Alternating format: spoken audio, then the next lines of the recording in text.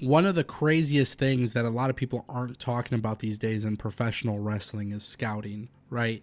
Every single day we're hearing reports of maybe it's the Lucha Bros, Motor City Machine Guns, Ricky Starks, Daniel Garcia, Malachi Black, Miro, whatever it may be. We're hearing all these different stories, right? Of talent who are becoming free agents or talent that are, potentially re signing or not re signing or whatever. But one of the things that's actually really interesting to me is how many things become rumors and not necessarily reported, and then eventually WWE confirms those rumors, right? And sometimes it just takes a little bit of time for you to get confirmation on those rumors. Now, I talk about scouting because scouting is a very big thing of what WWE does, and it's a big part of their business, but nobody really talks about William Regal and what he's done. One of the big things that WWE did last night on NXT, on the CW debut, was they aired a vignette. And it appears that WWE is essentially confirming the debut of Delta. Now, Delta is going to be a breakthrough star in WWE NXT. A lot of people draw comparisons from Delta to Rhea Ripley. And, we've talked a lot about, hey, Stephanie Vaquer is coming in. Hey, we know Stephanie Vaquer is coming in because they confirmed it. We know that WWE brought in Julia. And WWE has been trying to beef up their women's division.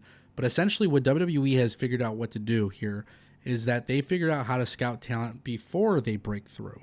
Now, let's talk about this, right? Because historically, this is something that WWE has done pretty well with.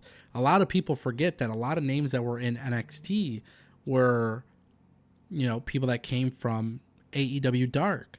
And, maybe this is where WWE has an edge to Tony Khan, but Tony Khan and AEW, they'll feature talent on Dark or Rampage or Collision or whatever. Obviously, Dark's not a thing anymore, but they would feature talent, and then WWE would look and say, whoa, AEW is promoting a talent, and then WWE would go sign them because they weren't signed to a contract, right? And it's we saw that with Nikita Knight, who is Thea Hale. We saw that with Cora Jade, who was Elena Black. We saw this with several other talent. And, the reality is WWE has figured out a way to beef up their women's division throughout time. But now Delta was rumored to come to WWE. And what I found really fascinating here was this vignette that they aired for her. It shows her walking at like a crossroads, continue going left on the expressway, or you could turn right and go into NXT. And obviously they're teasing the arrival of Delta. Again, she is somebody that's been heavily compared to Rhea Ripley, and obviously that part of that becomes from the Australian background. But for those who don't know what they're getting with Delta, this is going to be a very big signing.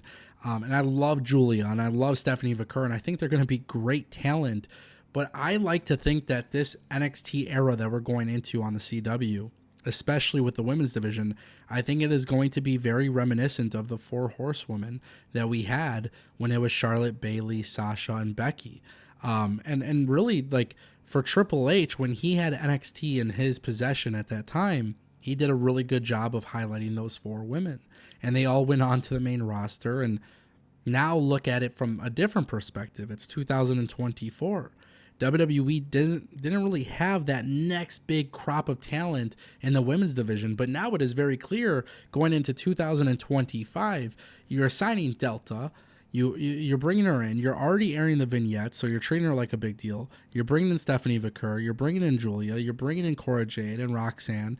Not to mention, you have a lot of women who are up and coming. You have Sol Ruka, you have Kalani Jordan, who, by the way, like, Kalani Jordan is a incredible talent, very incredible talent. And some of these people don't even have a wrestling background, which is super intriguing to me.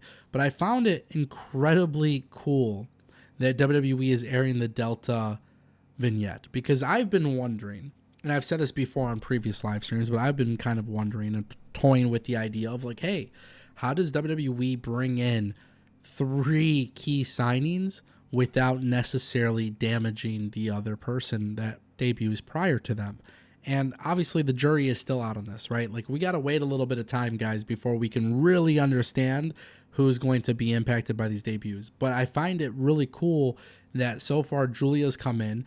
She already feels like a big deal. They just had her deliver a great match with Roxanne. Now Cora Jade returns, who we all know Cora Jade was hurt.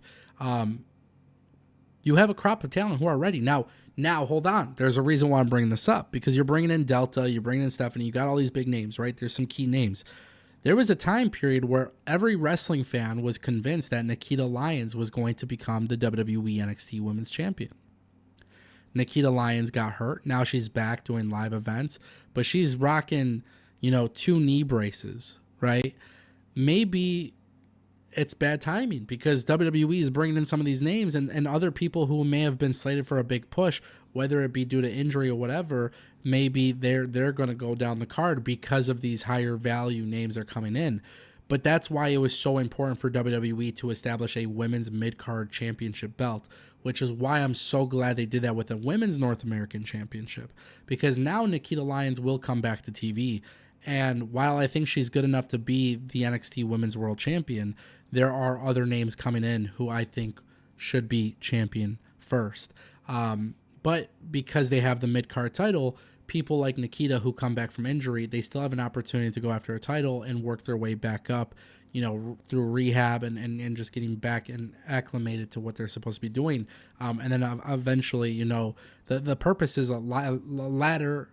The purpose of a ladder system or formula is to let people climb up that ladder. Some people are naturally just going to be placed higher on the ladder because of their name or where they come from or their experience or whatever.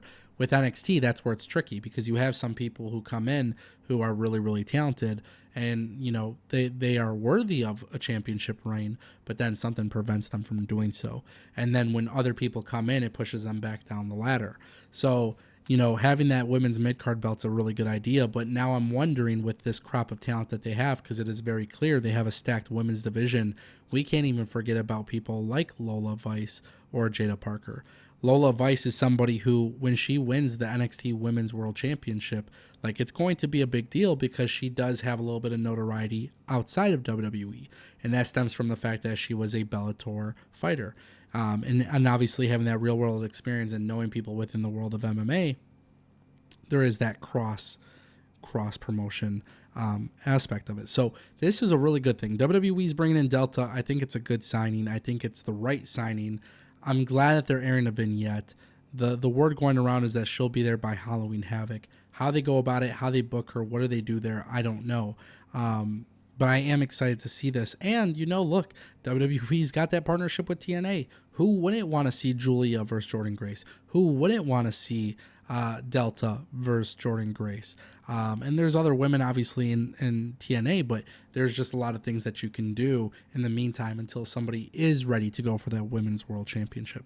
But I have a very strong feeling WWE at the next PLE, we're going to get a multi-women fatal 4-way, fatal 5-way match. I don't know if WWE plans on doing NXT Deadline, but it might not be a bad idea to do the Iron Survivor match for the Women's Championship, because that could be really cool as well.